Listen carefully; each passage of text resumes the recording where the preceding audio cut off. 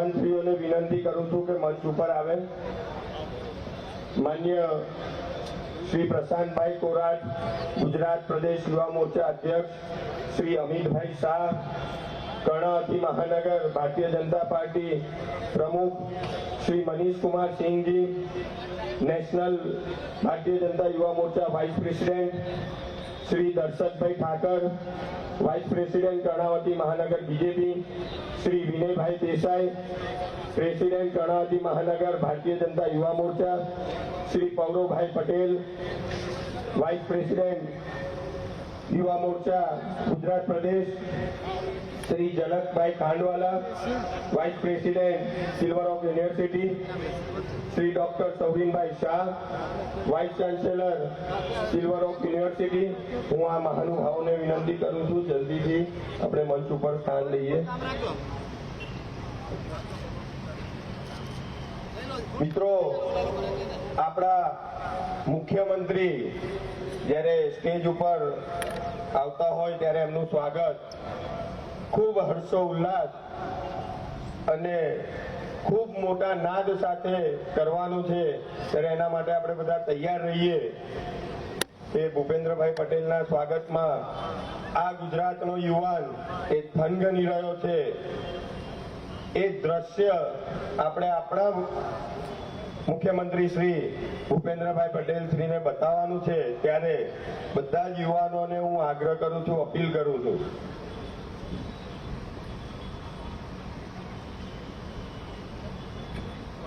બોલો ભારત માતા की, બોલો ભારત માતા की। ભૂપેન્દ્રભાઈ को जय श्री राम। બધા જ આપણે આપણા બે મુઠ્ઠી બાંધી બે હાથ ઊંચા કરીને બોલો ભારત માતા की, ભારત માતા की। जय जय श्री राम, जय जय श्री राम। धन्यवाद। આજના આપણા નમો નવા મતદાતા ભારતના ભાગ્ય વિધાતા યુવા સંમેલનની અંદર ઉપસ્થિત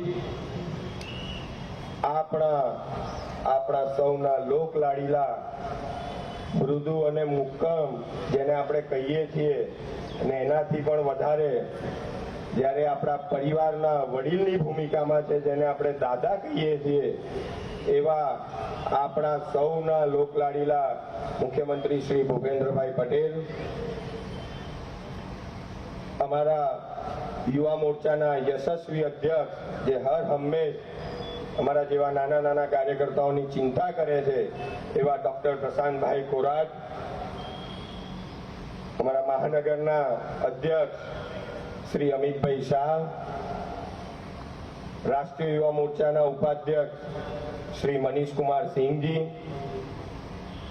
कर्णावती महानगर भारतीय जनता पार्टी उपाध्यक्ष श्री दर्शक भाई ठाकर, कर्णावती महानगर युवा मोर्चा अध्यक्ष श्री विनय भाई देसाई, गुजरात प्रदेश युवा मोर्चा उपाध्यक्ष श्री पौरव भाई पटेल, आ university vice chancellor Shri Janak bhai Khandwala, vice president અને વાઇસ ચાન્સેલર શ્રી સૌરીનભાઈ શાહ, આપ સૌ મહાનુભાવોનું મંચ ઉપર સ્વાગત છે।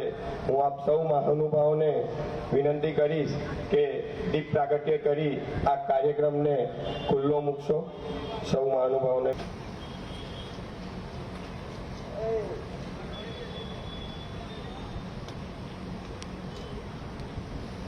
હવે હું કાર્યક્રમને આગળ વધારતા સ્વાગત વિધિ તરફ આપણે આગળ વધીએ। હું આપણા સૌના લોકલાડીલા મૃદુ અને મક્કમ એવા મુખ્યમંત્રી શ્રી ભૂપેન્દ્રભાઈ પટેલના સ્વાગત માટે અમારા પ્રદેશ યુવા મોરચાના અધ્યક્ષ શ્રી ડોક્ટર પ્રશાંતભાઈ કોરાટને વિનંતી કરીશ કે આપ શ્રી ભૂપેન્દ્રભાઈ પટેલના સ્વાગત માટે આવશો। બોલો ભારત માતા की, મિત્રો, માં ભારતીનો જયઘોષ થતો હોય ત્યારે અવાજ ધીમો ના પડવો જોઈએ. આપણા મંચ ઉપર જ્યારે આપણા મુખ્યમંત્રી શ્રી બેઠા હોય અને થોડા જ સમય બાદ આપણને આપણા વડાપ્રધાન નરેન્દ્રભાઈ મોદી સંબોધવાના હોય ત્યારે આપણો ઉત્સાહ આપણા નાદની અંદર દેખાવો જોઈએ. તો એ રીતે આપણે જયઘોષ કરીએ. બોલો ભારત માતા કી, ભારત માતા કી. હવે કાર્યક્રમને આગળ વધારતા હું ગુજરાત પ્રદેશ યુવા મોરચાના અધ્યક્ષ શ્રી પ્રશાંતભાઈ કોરાટને વિનંતી કરીશ કે સ્વાગત પ્રવચન કરે અને કાર્યક્રમની રૂપરેખા આપે. શ્રી પ્રશાંતભાઈ કોરાટ.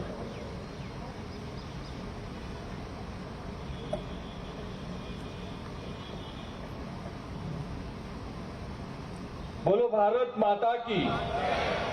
બે હાથની મુઠ્ઠી વાળીને અને બે હાથ ઊંચા કરીને માં ભારતીની જય બોલાવશું. બોલો ભારત માતા કી, ભારત માતા કી.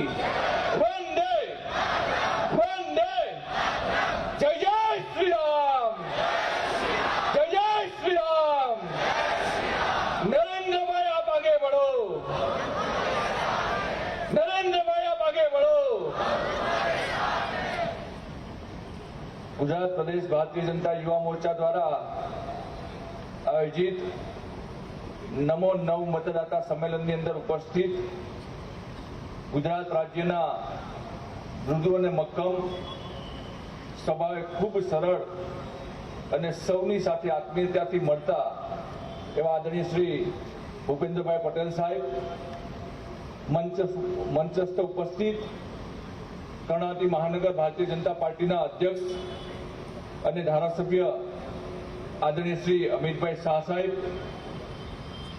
રાષ્ટ્રીય યુવા મોરચાના ઉપાધ્યક્ષ અને ગુજરાત પ્રદેશ ભારતીય જનતા યુવા મોરચાના પ્રભારી આદરણીય શ્રી મનીષકુમાર સિંહજી, કર્ણાવતી મહાનગર ભારતીય જનતા પાર્ટી ઉપાધ્યક્ષ ભાઈ શ્રી દર્શકભાઈ, ખૂબ ઉત્સાહી અને જુજારુ એવા યુવા મોરચાના કર્ણાવતી મહાનગરના અધ્યક્ષ ભાઈ શ્રી વિનયભાઈ દેસાઈ, યુવા મોરચાના કર્ણાવતી મહાનગરના પ્રભારી અને પ્રદેશ ઉપાધ્યક્ષ ભાઈ શ્રી પૌરવભાઈ પટેલ, મંચસ્થ ઉપસ્થિત સિલ્વર ઓક યુનિવર્સિટીના વાઇસ પ્રેસિડેન્ટ આદરણીય શ્રી જનકભાઈ ખાંડવાલા, સિલ્વર ઓક યુનિવર્સિટીના વાઇસ ચાન્સલર આદરણીય શ્રી સૌરીનભાઈ શાહ, મંચસ્થ ઉપસ્થિત સૌ ભારતીય જનતા પાર્ટીના આગેવાનો, આપ સૌ જેઓ પહેલી વખત પાર્લામેન્ટની ઇલેક્શન એટલે કે લોકસભાની ચૂંટણીની અંદર મત આપવાના સેવા સૌ નવ મતદાતા વિદ્યાર્થીઓ, ભાઈઓ અને બહેનો, ઉપસ્થિત સૌ ભારતીય જનતા પાર્ટીના આગેવાનો અને પત્રકાર મિત્રો, આપ સૌનું આ નવ મતદાતા સંમેલનની અંદર હૃદયથી સ્વાગત કરું છું. અને આજે રાષ્ટ્રીય મતદાતા દિવસ એટલે નેશનલ વોટર્સ ડે દિવસ નિમિત્તે આપ સૌ મતદાતાને વંદન સાથે અભિનંદન કરું છું.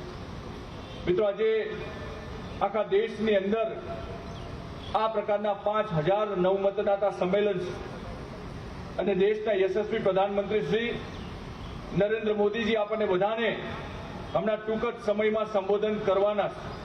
ગુજરાતની અંદર પણ આ પ્રકારે 500 સંમેલનનું આયોજન કરવામાં આવ્યું છે. 5 લાખથી વધારે ગુજરાતના યુવાનો આ સંમેલનની અંદર સંમેલિત થયા છે અને દેશના યશસ્વી પ્રધાનમંત્રીશ્રીનું માર્ગદર્શન મેળવવાના છે. ગુજરાતની વાત કરીએ તો આ ગુજરાતની અંદર એ આંદોલન હોય કે કોઈ વિકાસના કામો હોય, હર હંમેશ યુવાનો આગળ હોય છે. આઝાદીની લડતમાં પણ આઝાદીની લડતમાં અનેક યુવાનોએ પોતાને જીવનનું બલિદાન આપ્યું અને આ મહામૂલ્ય આઝાદી આપણને મળી અને ક્રાંતિ લેવા માટે થઈને યુવાન જ આગળ આવતો હોય છે. ત્યારે આપ સૌ નવ મતદાતા પહેલી વખત 2024ની લોકસભાની ચૂંટણીની અંદર મત આપવાના છે. મિત્રો, જે રીતે છેલ્લા 10 વર્ષથી ભારત દેશની અંદર કામ થયેલું છે, જે રીતે દેશના યશસ્વી પ્રધાનમંત્રીશ્રીના નેતૃત્વમાં ભારત દેશનો વિકાસ હરણફાળ ભરી રહ્યો છે.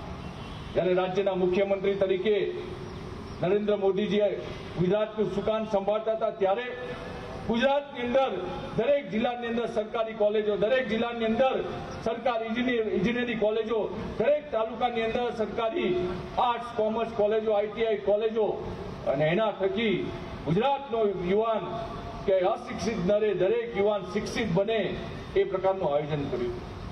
2003ની અંદર વાઇબ્રન્ટ ગુજરાતની શરૂઆત કરીને હજારો કંપનીઓને લાખો કરોડોના MOU કરીને ગુજરાતની અંદર રોકાણ કરે, ગુજરાતનો એક પણ યુવાન બેરોજગાર ન મળે, દરેક યુવાનને રોજગારી મળે એની વ્યવસ્થા કરી. અને આપણે ગર્વ સાથે કહી શકીએ આ વખતે રાજ્યના મુખ્યમંત્રી આદરણીય શ્રી ભૂપેન્દ્રભાઈ પટેલ સાહેબના નેતૃત્વમાં આઝાદીના અમૃત વર્ષ પછી અમૃતકાલનું પ્રથમ વાઇબ્રન્ટ ગુજરાત આયોજન કરવામાં આવ્યું. 10 લાખ કરોડથી વધારેના રકમના MOU થયા. હજારો કંપની આ ગુજરાતની અંદર રોકાણ કરવા જઈ છે. આ ગુજરાતના યુવાનો જ્યારે વિદ્યાર્થીઓ ભણીને બહાર આવશે, ક્યાંક ને ક્યાંક સારી નોકરી મળી શકે એ પ્રકારની વ્યવસ્થા સરકાર કરી રહી છે. આવનારા સમયમાં જે રીતે દેશના યશસ્વી પ્રધાનમંત્રી શ્રીએ કીધું છે કે આવનારો અમૃતકાલનો સમય આ દેશના યુવાનોનો છે, ત્યારે આવનારા સમયમાં આ યુવાઓ આ રાષ્ટ્ર માટે, દેશ માટે કામ કરવાનું છે. આ નવ મતદાતા થકી આપણે બધા સંકલ્પ થઈએ કે ફરી દેશના વડાપ્રધાન તરીકે નરેન્દ્ર મોદી સત્તા સંભાળે અને આવનારા સમયમાં જે રીતે આ દેશના યશસ્વી પ્રધાનમંત્રીશ્રીએ યુવાનો માટે કામ કર્યું છે, યુવાનો માટે સ્વપ્ન જોયા છે, યુવાનોને અલગ અલગ પ્લેટફોર્મ પૂરું પાડ્યું છે, ત્યારે એમના નેતૃત્વમાં આ બધા યુવાઓએ મા ભારતીને પરમ વૈભવના શિખર પર બિરાજમાન કરવાના છે. આ નવ મતદાતા સંમેલનમાં આપ સૌને ફરીથી હૃદયથી સ્વાગત, અભિનંદન સાથે મારી વાત પૂરી કરું છું. અસ્તુ. ભારત માતા કી જય. વંદે માતરમ. આભાર પ્રશાંતભાઈ. હવે હું સમય ના બગાડતા રાષ્ટ્રીય યુવા મોરચાના ઉપાધ્યક્ષ શ્રી મનીષ કુમારસિંહજીને વિનંતી કરીશ કે આપણને ટૂંકમાં એમનું વક્તવ્ય આપે. શ્રી મનીષ કુમારસિંહ.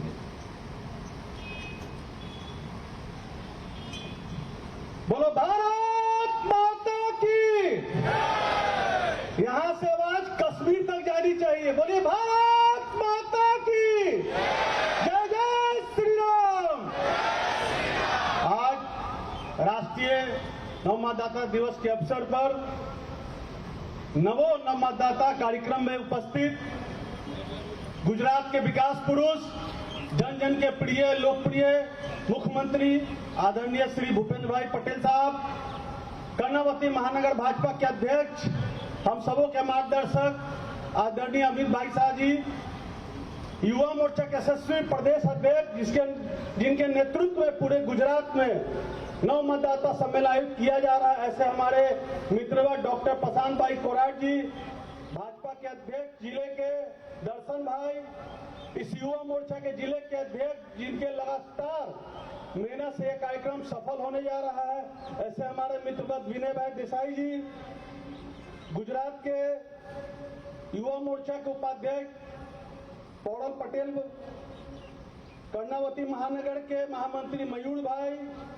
यूनिवर्सिटी के वाइस प्रेसिडेंट जनक भाई, वाइस चांसलर सोरिन भाई और यहाँ उपस्थित सभी युवाओं का मेरा नमस्कार है. मित्रों, मैं एक बात आग्रह करना चाहूंगा आप सभी से. बहुत ऐसे यहाँ युवा हैं जिनकी उम्र 18 से 25 के बीच में है. मैं जरूर एक बात कहना चाहूंगा कि आज आप शाम में अपने घर जाएं और अपने माँ से और अपने पिता से पूछें कि जब हमारी सरकार गुजरात में नहीं थी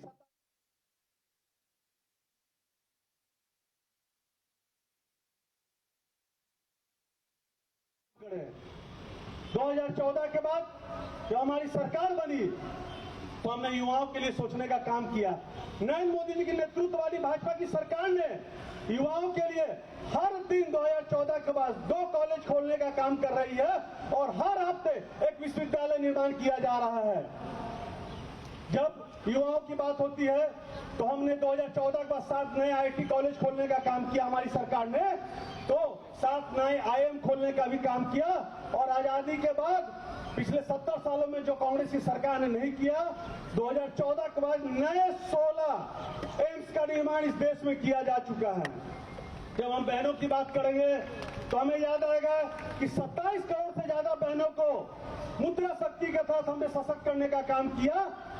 तो कहीं ना कहीं आर्म फोर्सेज में महिलाओं को, बहनों को सम्मान देने का काम किया। जब जब युवाओं के रोजगार की बात होती है, ज्यादा स्किल्ड युवाओं को हमने कर स्वरोजगार का रोजगार सृजन करने का काम किया।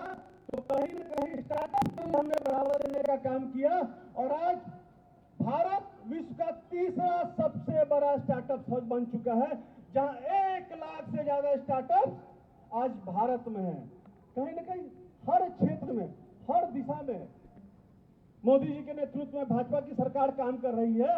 और ये हमारा जो अभियान है फर्स्ट टाइम वोटर्स को बताने का काम हम कर रहे हैं कि 2014 से पहले का भारत कैसा था और 2014 के बाद का भारत कैसा है, बदल चुका है।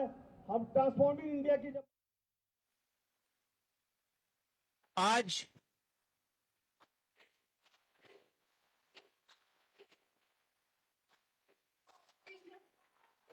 आज राष्ट्रीय मतदाता दिवस के उपलक्ष्य में आयोजित 9 मतदाता सम्मेलनों में देश के कोने कोने से फर्स्ट टाइम वोटर्स जुड़े हैं और इन सब फर्स्ट टाइम वोटर्स को मार्गदर्शन करने के लिए हम सब के बीच देश के यशस्वी प्रधानमंत्री, the architect of new India, युग पुरुष श्री नरेंद्र मोदी जी का आगमन हुआ है।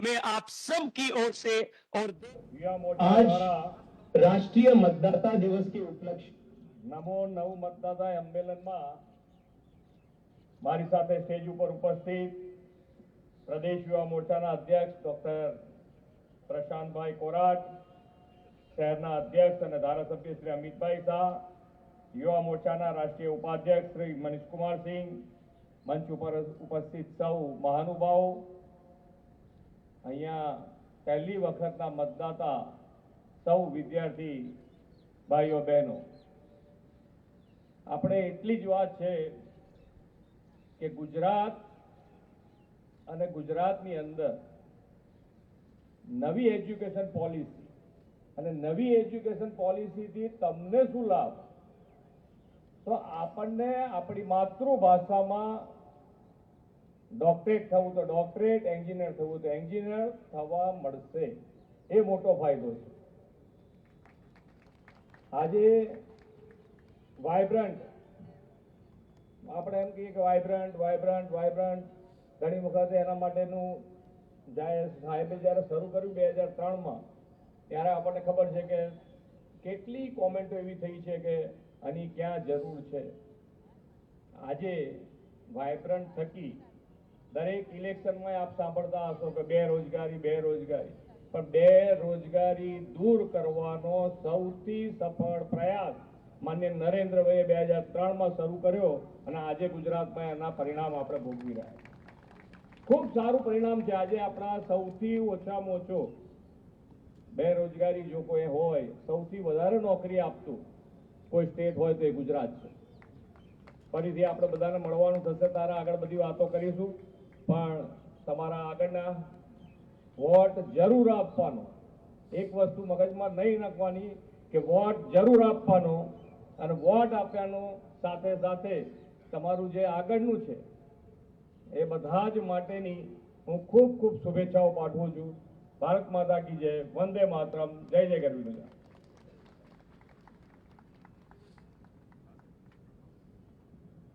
હું મંચ ઉપર ઉપસ્થિત મહાનુભાવોને વિનંતી કરીશ આપ નીચે આપનું સ્થાન ગ્રહણ કરે અને કાર્યક્રમ નિહાળીએ। से निवेदन करता हूं कि आप इस कार्यक्रम को संबोधित करें।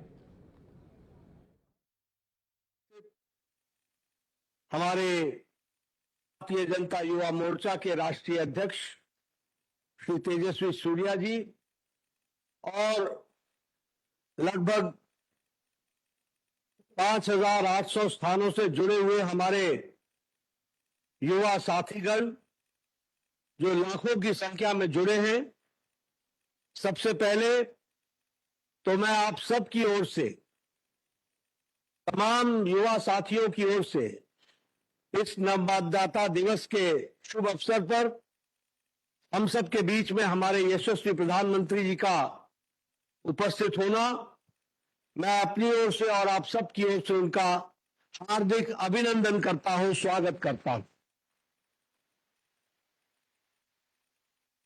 साथ ही साथ मैं तमाम नवमतदाताओं को, जो लगभग 5,800 स्थानों से बड़ी संख्या में डिजिटल माध्यम से, वर्चुअल माध्यम से जुड़े हैं और भारतीय जनता युवा मोर्चा की अपील पर आप सब लोग इस कार्यक्रम में आए हैं, आप सबका भी हार्दिक अभिनंदन और स्वागत है।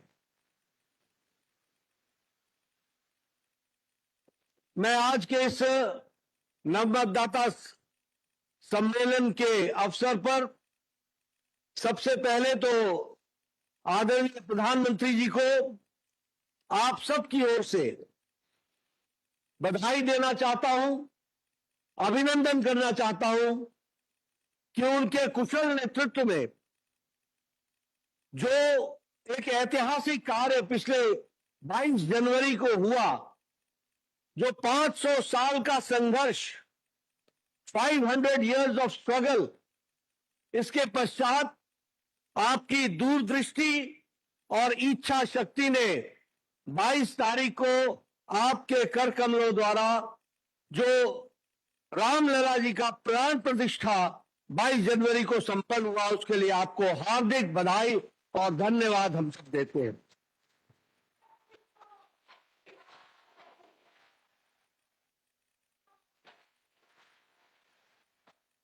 हम सब जानते हैं कि आदरणीय प्रधानमंत्री जी ने हम सब के सामने एक बहुत ही भव्य और बहुत ही महत्वपूर्ण लक्ष्य रखा है, और वह लक्ष्य है सक्षम भारत, आत्मनिर्भर भारत, सेल्फ रिलायंट इंडिया, और इसके साथ साथ विकसित डेवलप भारत। और इस सपने को साकार करने का सामर्थ्य आपके नेतृत्व में हमने नहीं, दुनिया ने ना देखा है और दुनिया ने उसका लोहा भी माना है। इसलिए ऐसे आपके जैसे सक्षम नेतृत्व के माध्यम से हमें पूरा विश्वास है कि हम सक्षम भारत भी बनेंगे, विकसित भारत भी बनेंगे और आत्मनिर्भर भारत भी बनेंगे। और आज मतदाता दिवस पर इससे अच्छा अवसर क्या हो सकता था कि जिस देश की 60% से more than 60% of the population is less than 35, 35 साल की उम्र से कम की उम्र का 60% की जनसंख्या हमारे भारत देश की है, तो हमें विकसित भारत, सामर्थ्यवान भारत, सक्षम भारत, आत्मनिर्भर भारत आपके नेतृत्व में होगा, तो इन युवाओं के कंधों पर और इनके माध्यम से होगा, इस बात का हमको पूरा विश्वास है। और इसी विश्वास को लेकर हम सब लोग आगे चले हैं, और इसी को ध्यान में रखते हुए आज एक बहुत सुंदर प्रस्तुतिकरण भी आपके वक्तव्य के पहले, जो देश में युवा सोचता है, जो उसकी आकांक्षाएं हैं, उसको हम सब लोगों को यहां एक छोटे से प्रस्तुति में देखने का मौका भी मिलेगा। और उसको भी शब्दों में जब हम परोते हैं तो हम कहते हैं कि सपने नहीं हकीकत बनते हैं, तभी तो सब मोदी को चुनते हैं, मोदी को चुनते हैं। मित्रों, मेरे युवा साथियों, ये शब्दों की माला नहीं है, ये सच्चाई है, ये एक एहसास है, ये युवाओं का उत्साह है, ये युवाओं की उमंग है, और ये युवाओं की भावना है, जिसको पूरा करने का, सही तरीके से हकीकत में बदलने का अगर किसी ने ताकत देखी है और विश्वास पैदा हुआ है, तो वो आदरणीय प्रधानमंत्री मोदी जी के नेतृत्व में हुआ है। इस बात का भी युवाओं को विश्वास होता है, और यही ऊर्जा जिसका हम अनुभव करते हैं, और जिसको हम यकीन करते हैं और उस यकीन को यथार्थ में बदलने की ताकत का विश्वास अगर किसी में है और हमारे युवाओं में है तो वो आदरणीय प्रधानमंत्री मोदी जी के नेतृत्व में है। इस बात को भी हम सब लोग जानते हैं। मित्रों, मैं आपके और आदरणीय प्रधानमंत्री जी के बीच में ज्यादा देर नहीं रहूंगा, लेकिन जब हम सक्षम भारत की बात करते हैं, जब हम आत्मनिर्भर भारत की बात करते हैं, जब हम विकसित भारत की बात करते हैं, जब हम दुनिया में अग्रगणी देश के रूप में देखते हुए भारत की बात करते हैं, तो हमें आदरणीय प्रधानमंत्री मोदी जी का मंत्र भी याद करना चाहिए। और वो मंत्र है, इस देश को आगे ले जाने का रास्ता वो है ज्ञान। ज्ञान का GYAN, जी गरीबी को उन्मूलन करने के लिए, गरीबी को हटाने के लिए। और आपको जानकर खुशी होगी,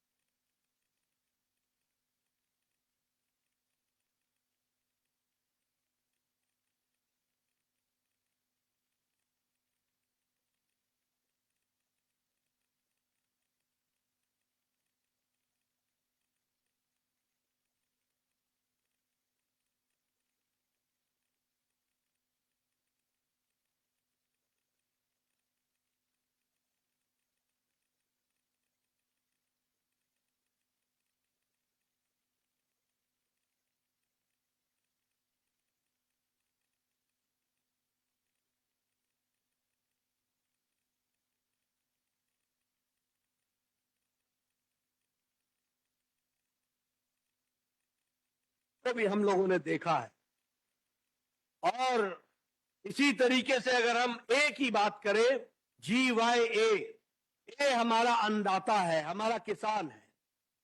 कभी किसी ने नहीं सोचा था, लोग किसान नेता की बात जरूर करते थे, लेकिन किसान की चिंता नहीं हुई। आज प्रधानमंत्री किसान सम्मान निधि के तहत हर चौथे महीने 2-2 हजार रुपए किसानों के जेब में, उनके खाते में पहुंचाकर 11.5 करोड़ किसानों को सक्षम बनाने का काम और 2 लाख करोड़ रुपए किसानों के खातों में डालने का काम किया, तो वो आदरणीय प्रधानमंत्री मोदी जी ने किया है। और उसी के साथ साथ अगर हम देखें तो चाहे नीम कोटेड यूरिया हो, ईच ड्रॉप मोर क्रॉप हो, चाहे सॉइल हेल्थ कार्ड हो, और चाहे प्रधानमंत्री फसल बीमा योजना हो, ये सभी योजनाओं ने हमारे अन्नदाता को सक्षम किया है। और सबसे अंत में मैं कहूंगा, N स्टैंड्स फॉर नारी शक्ति, महिलाओं की शक्ति। और नारी शक्ति की अगर हम बात करें तो लगभग 3 दशक से, मोर देन नियरली 3 डेकेड से हमारे यहां नारी शक्ति वंदन विधेयक नारियों को, महिलाओं को इलेक्टेड रिप्रेजेंटेटिव के रूप में लाने का विधेयक बना हुआ था, लेकिन कोई राजनीतिक इच्छा शक्ति नहीं थी। ये प्रधानमंत्री मोदी जी के नेतृत्व में 30 साल का, 3 दशक का पड़ा हुआ विधेयक 3 दिन के अंदर पारित करके नारी शक्ति वंदन विधेयक को हम लोगों ने, आदरणीय प्रधानमंत्री जी ने उसको पारित किया है। और इसको पारित करने का मतलब यह है कि अब आने वाले समय में जब विधानसभा के चुनाव होंगे और 2029 में जब लोकसभा के चुनाव होंगे, तो 33% रिप्रेजेंटेशन महिलाओं का होगा जो हमारे पार्लियामेंट में आएंगी। और इस तरीके से युवाओं को जोड़ा है। मित्रों, हम सब लोग आदरणीय प्रधानमंत्री जी की बातों को सुनने के लिए आतुर हैं, इसलिए आपका ज्यादा समय नहीं लूंगा, लेकिन फिर भी जो ये प्रस्तुतिकरण हम अभी करने वाले हैं और जिसके बारे में कहा कि सपने नहीं हकीकत बुनते हैं, तभी तो सब मोदी को चुनते हैं, इसके प्रस्तुतिकरण हम देखेंगे। और जब लाखों की संख्या में 5,800 स्थानों से लाखों की संख्या में लगभग 30 लाख से ज्यादा नव मतदाता आज एकत्र आए हैं, तो मुझे लगता है कि इससे अच्छा समय नहीं हो सकता है जब हम इस प्रस्तुतिकरण को देखेंगे और इस मधुर गीत को जिस तरीके से हकीकत में पिरोया गया है उसका भी हम साक्षात्कार करेंगे। इसलिए हम चाहेंगे कि अभी हम वो प्रस्तुतिकरण देखें और उसके बाद हम सबको आदरणीय प्रधानमंत्री जी का मार्गदर्शन मिलेगा। एक बार पुनः लाखों नवमतदाताओं की तरफ से मैं आदरणीय प्रधानमंत्री जी का हार्दिक अभिनंदन करता हूं, स्वागत करता हूं और इसी के साथ साथ प्रस्तुतिकरण को आपके समक्ष पेश करता हूं।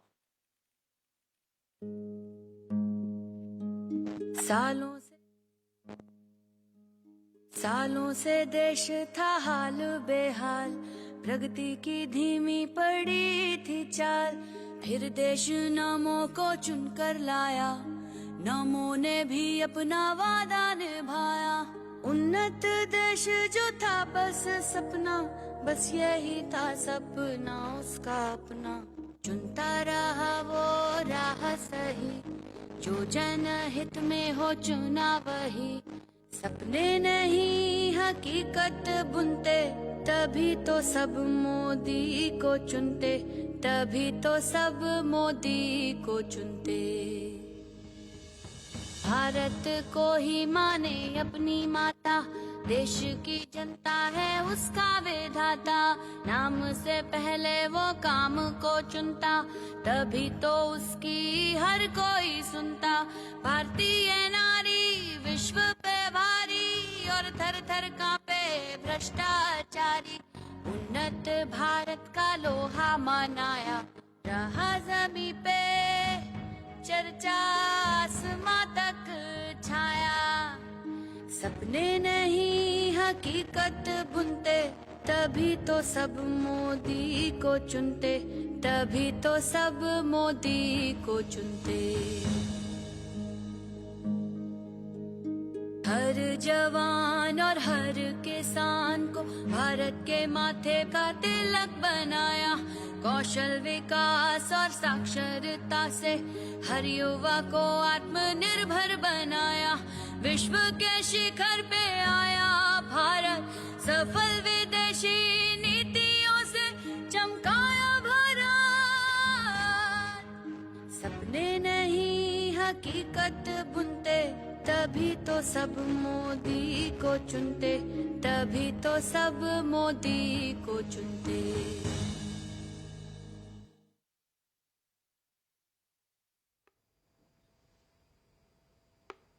अब मैं सबकी ओर से देश के सबसे बड़े यूथ आइकॉन माननीय प्रधानमंत्री जी को हम सबको मार्गदर्शन करने के लिए मैं उनको आह्वान करता हूं। माननीय प्रधानमंत्री जी।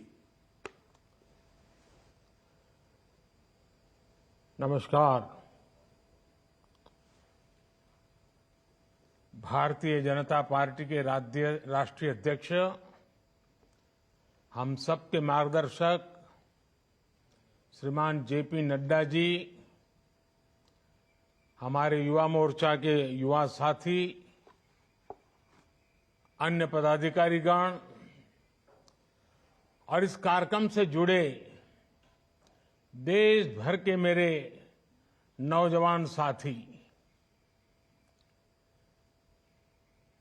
शायद मेरे जीवन में इतना बड़ा युवाओं के साथ संवाद करने का ये पहला अवसर है और शायद दुनिया के किसी राजनेता के लिए भी ये पहला अवसर होगा। और मुझे अच्छा लगा, इन नव मतदाता को नमन करने का कार्यक्रम है, नमो नव मतदाता। तो मैं सबसे पहले सभी नव मतदाताओं को भारत का भाग्य निर्माण करने के लिए नमन करता हूं, निमंत्रित करता हूं। मैं देख पा रहा हूं कि बड़ी संख्या में बेटियां आज इस कार्यक्रम से जुड़ी हुई हैं। आज राष्ट्रीय मतदाता दिवस है। इस महत्वपूर्ण दिन देश के सबसे युवा मतदाताओं के बीच आना अपने आप में ऊर्जा से भर देने वाला है। मैं आप सभी को राष्ट्रीय मतदाता दिवस की बहुत बहुत बधाई देता हूं। साथियों, 18 से 25 वर्ष की आयु ऐसी होती है जब किसी का भी जीवन बहुत से बदलावों का साक्षी बनता है। इन्हीं बदलावों के बीच आप सभी को एक और जिम्मेदारी साथ साथ निभानी है। ये जिम्मेदारी दुनिया की सबसे बड़ी डेमोक्रेसी में भागीदारी की है।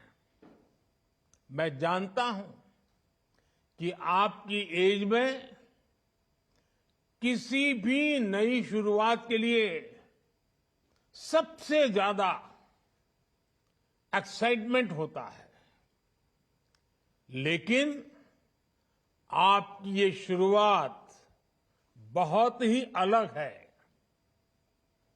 वोटर लिस्ट में नाम रजिस्टर होते ही अब आप देश के डेमोक्रेटिक प्रोसेस का सबसे महत्वपूर्ण हिस्सा बन गए हैं। मेरे युवा साथियों, आप सभी के लिए ये टाइम पीरियड, ये काल चक्र दो वजहों से बहुत अहम है।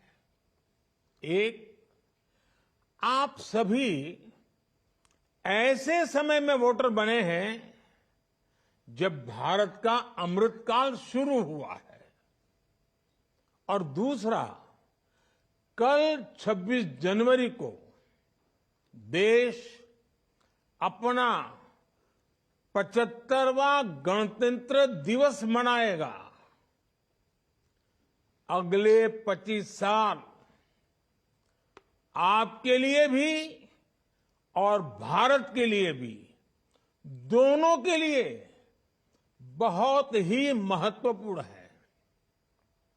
आपको अगले 25 साल अपना और भारत दोनों का भविष्य तय करना है। इन 25 वर्षों में आप कई बार अपने मताधिकार का प्रयोग करेंगे।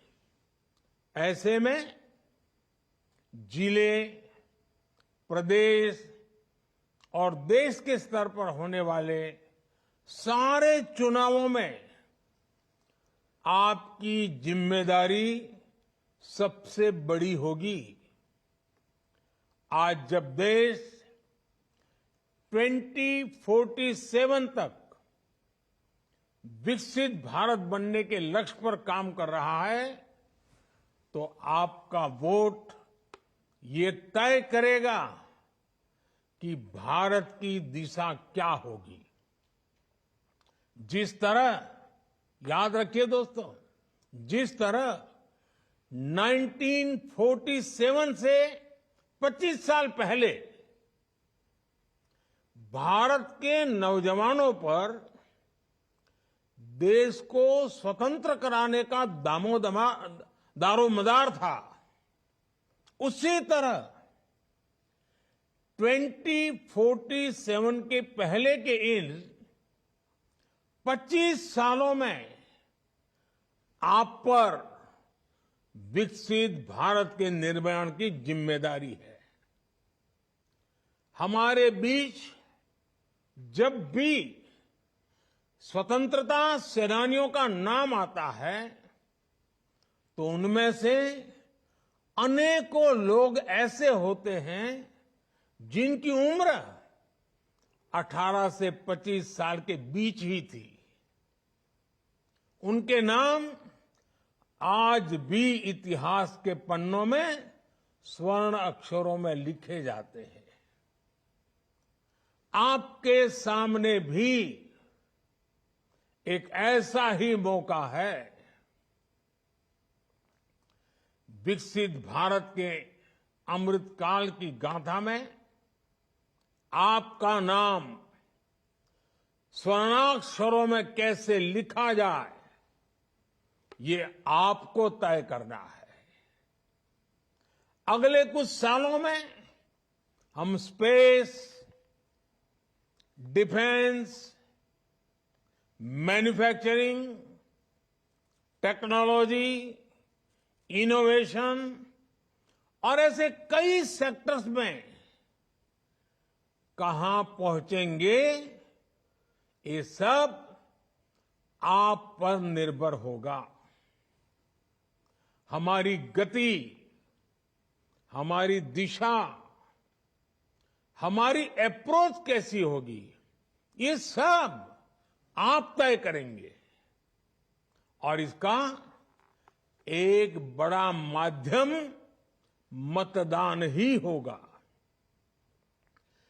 भविष्य के भारत में आपके लिए संभावनाएं कैसी होगी, इसकी जिम्मेदारी उन लोगों पर होगी जो इस कालखंड में देश की व्यवस्था संभालेंगे। ऐसे में उन लोगों का सही चुनाव हो, ये जिम्मेदारी आप नौजवान मतदाताओं पर है। आपके लिए जरूरी है कि अगले भारत का भाग्य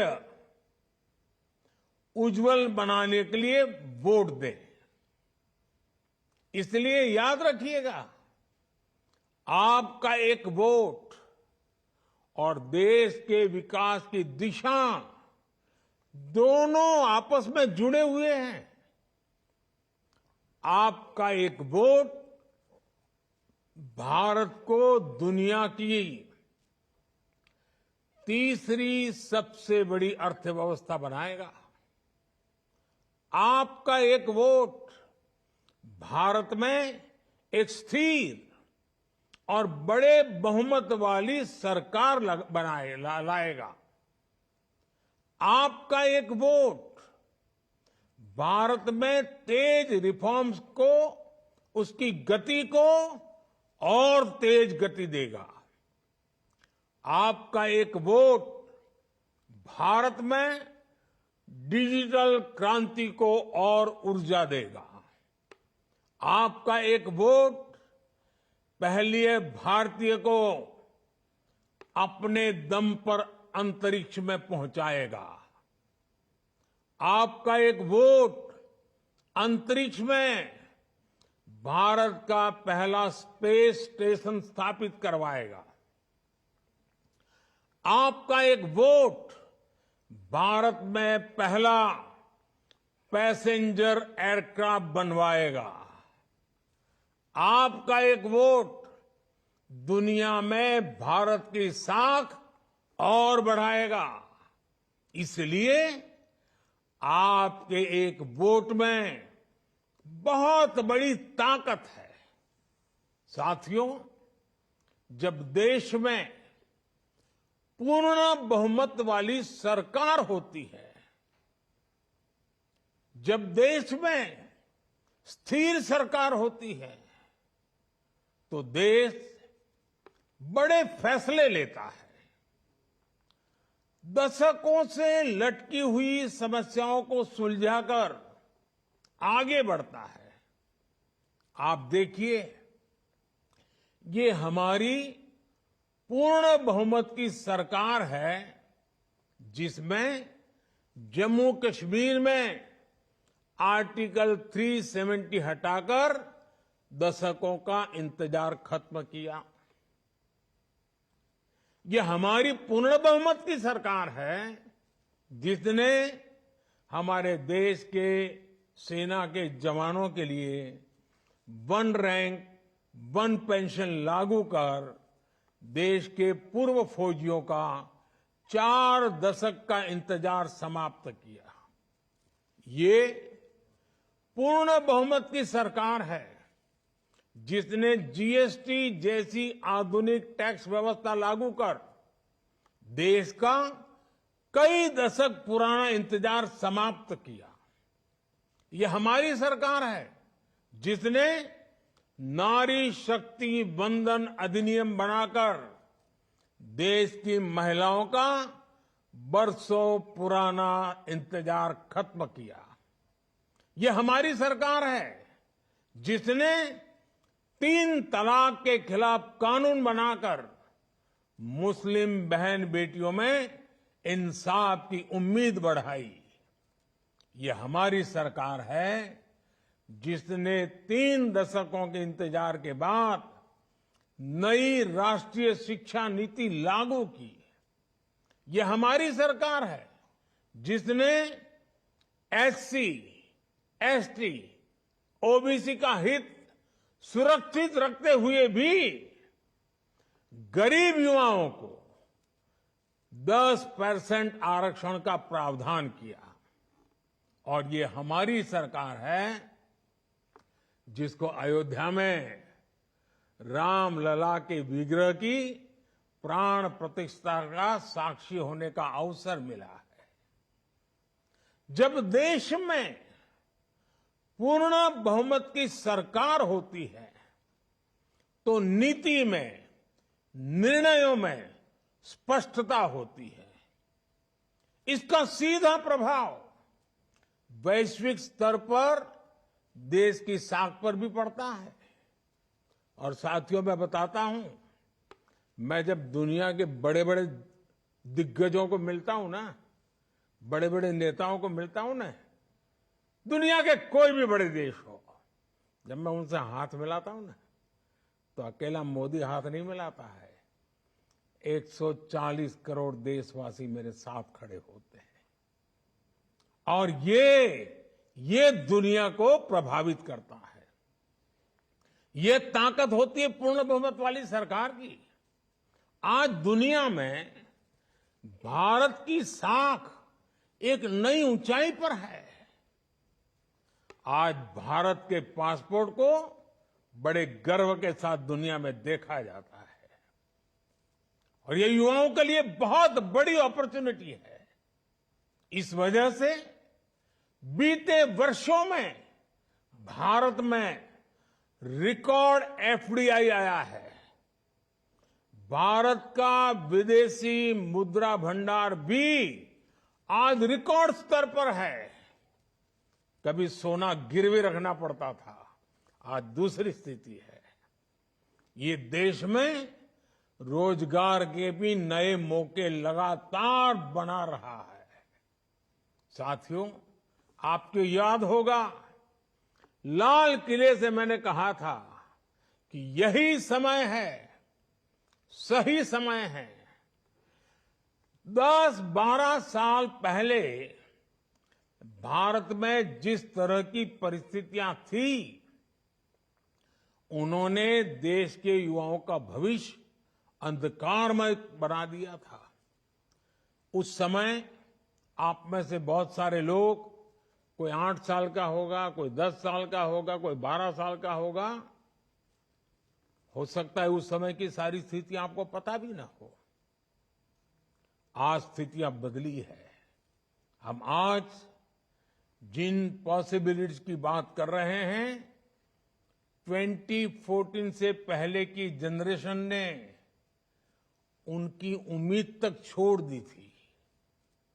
आप में से कई न्यूज़पेपर्स पढ़ते होंगे।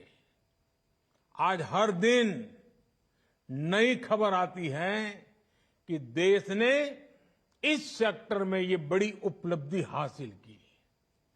लेकिन 2014 से पहले के अखबार खोलिए, आजकल वो सब इंटरनेट पर अवेलेबल है। तब आए दिन, वो जमाना था तब आए दिन करप्शन और स्कैम की खबरें हेडलाइन में छपती थी। हजारों करोड़ रुपयों के घोटाले सामान्य बात थी। आज उस समय आए दिन देश के नौजवान सड़कों पर उस समय की सरकार के खिलाफ प्रदर्शन करते थे। मुझे संतोष है कि हम उस अंधकारमय स्थिति से देश को बाहर निकाल पाए हैं। आज करप्शन की नहीं, क्रेडिबिलिटी की बात होती है। आज स्कैम की नहीं, सक्सेस स्टोरीज की बात होती है। तब भारत फ्रेजाइल 5 में था। दुनिया सोचती थी कि भारत खुद भी डूबेगा और हमें भी ले डूबेगा। आज भारत 5वीं बड़ी अर्थव्यवस्था है और दुनिया सोचती है कि भारत के विकास से उसका भी विकास होगा। आने वाले कुछ ही वर्षों में भारत दुनिया की टॉप 3 इकोनॉमी में शामिल हो जाएगा। आने वाले कुछ ही वर्षों में भारत की इकोनॉमी $7 ट्रिलियन को पार कर जाएगी। अर्थव्यवस्था के इतने बड़े विस्तार का बहुत बड़ा लाभ भारत के युवाओं को ही होगा। उनके लिए नए नए सेक्टर्स में रोजगार के बहुत सारे नए मौके आएंगे। इसलिए ही मैं कहता हूं, यही समय है, सही समय है। साथियों, आज का भारत सबसे युवा है। इसी युवा प्रेरणा से आज का भारत बड़े लक्ष्य तय करता है और उन्हें प्राप्त भी करता है। सोलर एनर्जी से जुड़े कितने ही लक्ष्य, रिन्यूएबल एनर्जी से जुड़े लक्ष्य भारत ने तय समय से पहले हासिल करके दिखाए हैं। भारत आज दुनिया को दिखा रहा है कि प्रकृति की रक्षा करते हुए भी विकास कैसे किया जा सकता है। आपने देखा है, भारत की रेलवे ने साल 2030 तक 0 कार्बन एमिशन का लक्ष्य रखा है। भारत ने साल 2070 तक नेट जीरो का भी लक्ष्य रखा है। आज भारत में इलेक्ट्रिक मोबिलिटी पर अभूतपूर्व जोर दिया जा रहा है। बहुत ही जल्द भारतीय रेलवे का 100% इलेक्ट्रिफिकेशन भी होने जा रहा है। इसी 22 जनवरी को सरकार ने सोलर से जुड़ी बड़ी योजना का भी ऐलान किया है। इस योजना के तहत देश के 1 करोड़ घरों में सोलर रूफटॉप लगाने का लक्ष्य रखा गया है। सरकार का प्रयास है कि हमारे गरीब साथियों का, हमारे मध्यम वर्ग के परिवारों का बिजली बिल तो कम हो ही, कुछ लोगों का तो 0 बिल हो जाएगा। वो सिर्फ बिल नहीं, अपने घर के छत पर जो बिजली पैदा करेंगे वो बिजली सरकार खरीदेगी और ये परिवार बिजली बेचकर भी पैसे कमा सकें।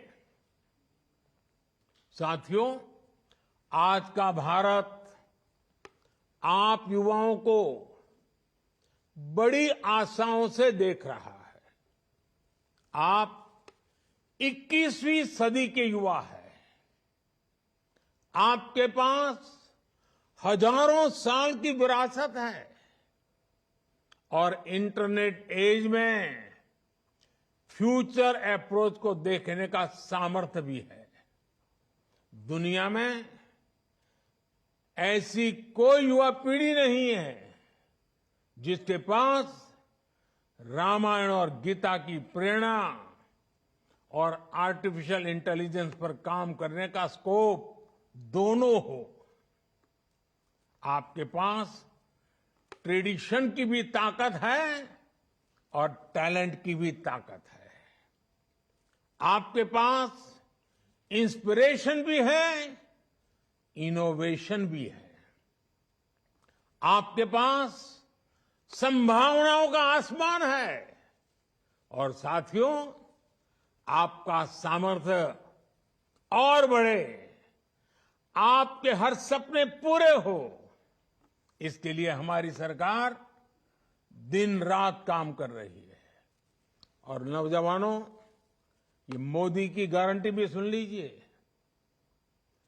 आपके सपने ही मेरे संकल्प है।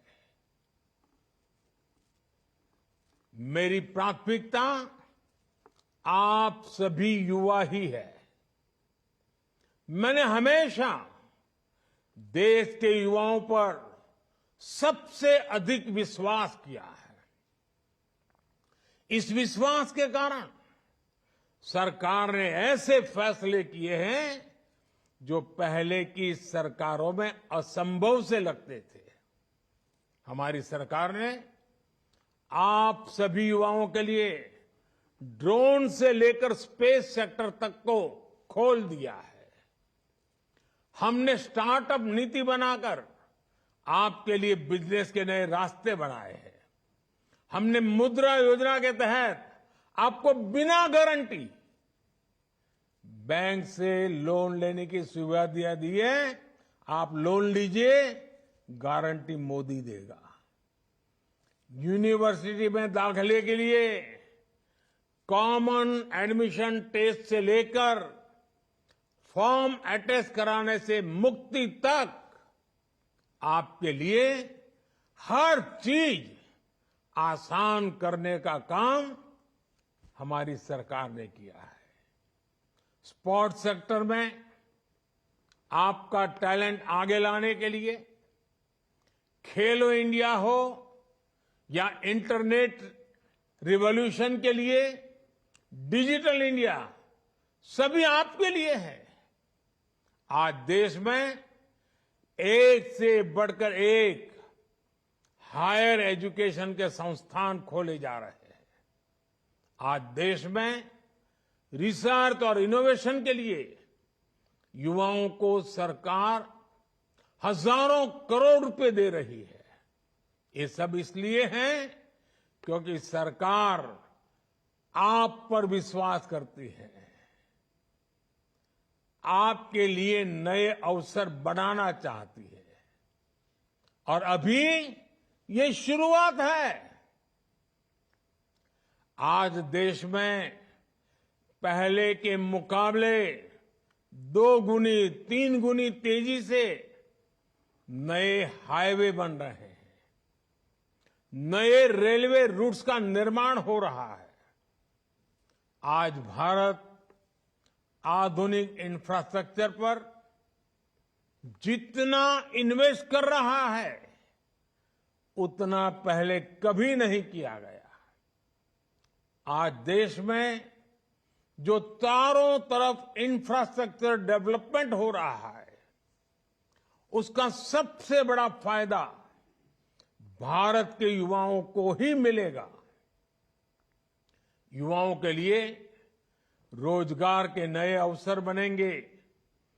उनके लिए हर सेक्टर में नई नई संभावनाएं बनेगी। आज ये जो आधुनिक एक्सप्रेसवे बन रहे हैं वो किसके लिए बन रहे हैं? भारत के युवाओं के लिए। ये जो नई वंदे भारत ट्रेनें चल रही है, विस्टाडोम कोचेस शुरू हुए हैं, वो किसके लिए? मेरे नौजवान साथियों, आपके लिए। अगले कुछ वर्षों में भारत में बुलेट ट्रेन चलने जा रही है। ये किसके लिए? भारत के युवाओं के लिए।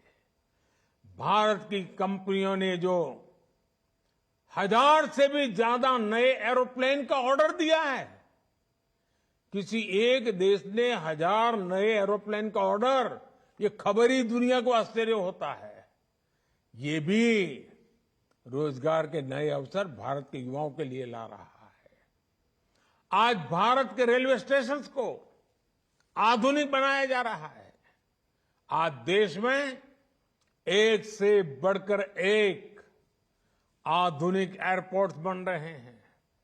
रीजनल कनेक्टिविटी से कम्युनिकेशन कनेक्टिविटी तक, मोबाइल टावर से लेकर के ऑप्टिकल फाइबर नेटवर्क तक, सेमीकंडक्टर पर मिशन से लेकर मिशन हाइड्रोजन तक, एविएशन सेक्टर से लेकर टूरिज्म सेक्टर तक, भारत में होता हर बदलाव मेरे नौजवानों आपके लिए है। इन बदलावों का हर रास्ता युवाओं के हित से होकर गुजरेगा। आपके लिए भारत में रोजगार के, स्वरोजगार के रिकॉर्ड नए अवसर बनने जा रहे हैं।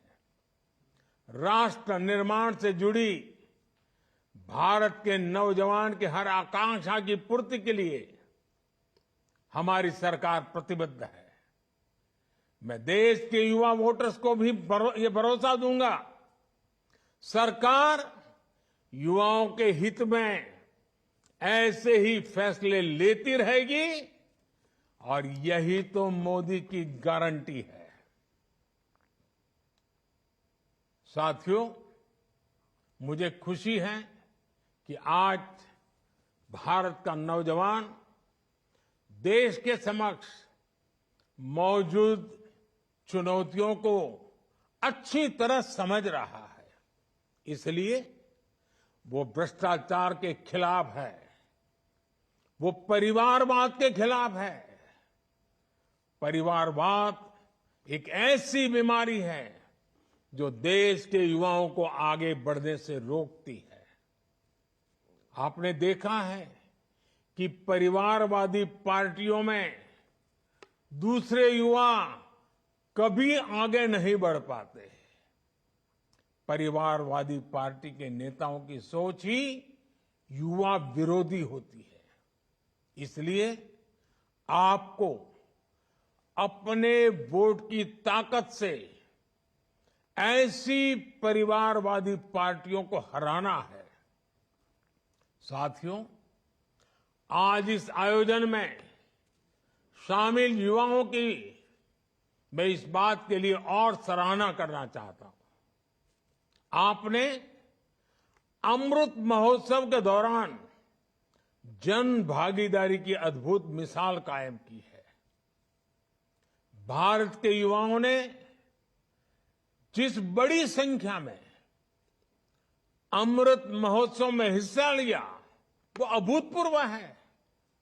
समाज के हित में कार्य के लिए आप जितना कार्य करेंगे उतना ही देश का भी भला होगा। युवाओं के लिए देश में एक नया संगठन भी बनाया गया है। उस संगठन का नाम है मेरा युवा भारत, माय भारत। अभी इस युवा संगठन को बने 3 महीने भी नहीं हुए हैं और इससे 1 करोड़ से ज्यादा युवा जुड़ चुके हैं। आप भी मेरा युवा भारत, माय भारत संगठन से जरूर जुड़िए। आप अपनी बात, अपने सुझाव नमो ऐप के माध्यम से भी मुझ तक पहुंचाते रहिए।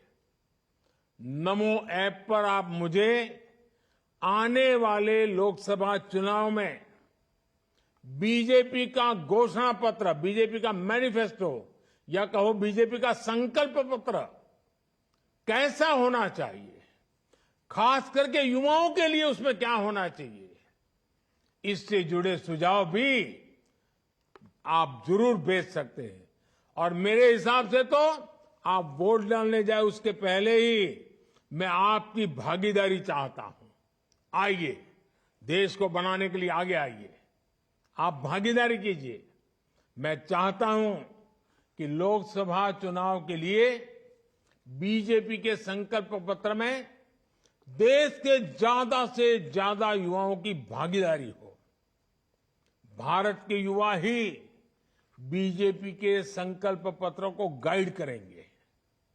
और आपके सुझावों में जो मुझे बहुत अच्छे लगेंगे, जो संभव लगेंगे और जो मोदी की गारंटी रहती है पूरा करने की, सिर्फ लिखने के लिए मैं नहीं लिखता हूं, वो सुझाव देने वाले युवाओं से मैं मिलकर के विस्तार से भी बात करूंगा। कोई टीम उसको सिलेक्ट करेगी, आपके साथ बैठूंगा, गपशप करूंगा और अधिक जानने का प्रयास करूंगा।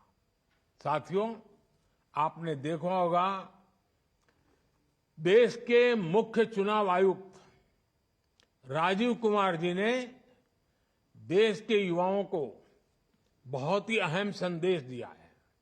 उन्होंने कहा है कि हमारी मतदाता सूची एक जीवंत, वाइब्रेंट तस्वीर के रूप में हमारे लोकतंत्र की समृद्ध विविधता को रिफ्लेक्ट करती है। उन्होंने विशेषकर शहर के लोगों को, युवाओं को ज्यादा से ज्यादा मतदान कर एक उदाहरण प्रस्तुत करने को कहा है। वाकई आपका काम समाज को वोट के लिए जागरूक करने का भी है। इस बार आपको लेटेस्ट वोट के साथ साथ लेटेस्ट मेक देम वोट पर भी काम करना है। आप सब बहुत बड़ी मात्रा में सोशल मीडिया की जनरेशन वाले लोग हैं, यानी आप सब एक बड़ी ऑडियंस से सीधे कनेक्ट हो सकते हैं। जिनका नाम अब तक वोटर लिस्ट में छूटा हुआ है, उनका नाम भी आप लिस्ट में जरूर शामिल कराएं। कोशिश करिए कोई भी ऐसा वोटर ना हो जो चुनाव में छूट जाए। साथियों, युवा भारत की अमृत पीढ़ी के सामने तरक्की के जितने अवसर है, उतने पहले किसी पीढ़ी के पास नहीं थे। सारा विश्व आज आपकी ओर देख रहा है। G20 के सम्मेलन में भारत और भारतीयता की शक्ति पूरी दुनिया ने देखी है। हमें इस शक्ति के साथ आगे बढ़ना है और अपनी जिम्मेदारी भी समझनी है। आप आने वाले 25 वर्ष अपने कर्तव्यों के लिए पूरी शक्ति से काम करेंगे। इसी कामना, इसी विश्वास के साथ मैं अपनी बात समाप्त करता हूं। आपको मेरी तरफ से जीवन के एक नए कालखंड में आप प्रवेश कर रहे हैं, तब भारत का भाग्य लिखने वालों में आपकी भागीदारी बन रही है, तब जितनी शुभकामनाएं दूं उतनी कम है। बहुत बहुत धन्यवाद साथियों।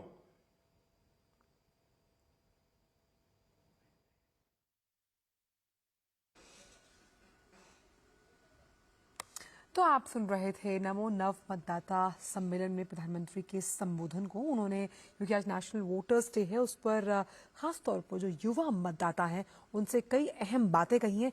आइए अब वो तमाम बड़ी बातें हम आपसे साझा करते हैं जो प्रधानमंत्री ने अपने संबोधन के। जितनी शुभकामनाएं दूं उतनी कम है। बहुत बहुत धन्यवाद साथियों।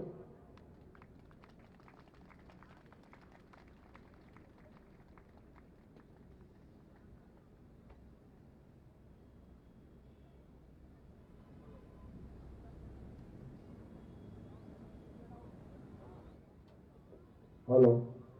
બોલો ભારત માતા કી.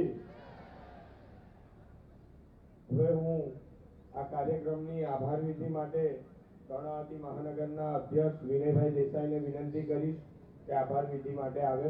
તો મિત્રો, આભાર વિધિ પછી આપણે રાષ્ટ્રગાન કરી અને પછી છૂટા પડીશું, એટલે આપણે બધા બેસીએ. ભારત માતા કી. આજના કાર્યક્રમમાં ઉપસ્થિત રહેવા બદલ ગુજરાતના લોકલાડીલા વૃદ્ધ મુખ્યમંત્રી આદરણીય ભૂપેન્દ્રભાઈ પટેલ, શહેરના અધ્યક્ષ શ્રી અમિતભાઈ શાહ, પ્રદેશ યુવા મોરચાના અધ્યક્ષ પ્રશાંતભાઈ કોરાટ, સર્વે મહાનુભાવો ઉપસ્થિત, વોર્ડ વિધાનસભાના ભારતીય જનતા પાર્ટીના સર્વે કાર્યકર્તા, કાઉન્સિલર મિત્રો અને સિલ્વર ઓક યુનિવર્સિટીના બધા જ વિદ્યાર્થીઓ, યુવા મોરચાના તમામ કાર્યકર્તાઓ, બધા જ લોકો અહીંયા ઉપસ્થિત રહ્યા, કાર્યક્રમને સફળ બનાવ્યો તે બદલ સર્વેનો ખૂબ ખૂબ આભાર. ભારત માતા કી જય.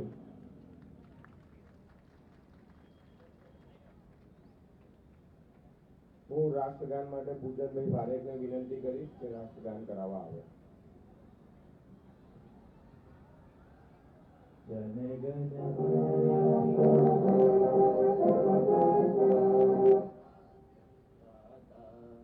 पंजाब सिंध गुजरात मराठा द्राविड़ उच्चल गंगा विंध्य हिमाचल यमुना गंगा उच्चल तरजित रंगा तव शुभ नामे जागे तव शुभ आशीष मागे गाए तव जय गाथा जन गण मंगलदायक जय हे भारत भाग्य विधाता जय हे जय हे जय हे जय जय जय जय हे भारत माता की.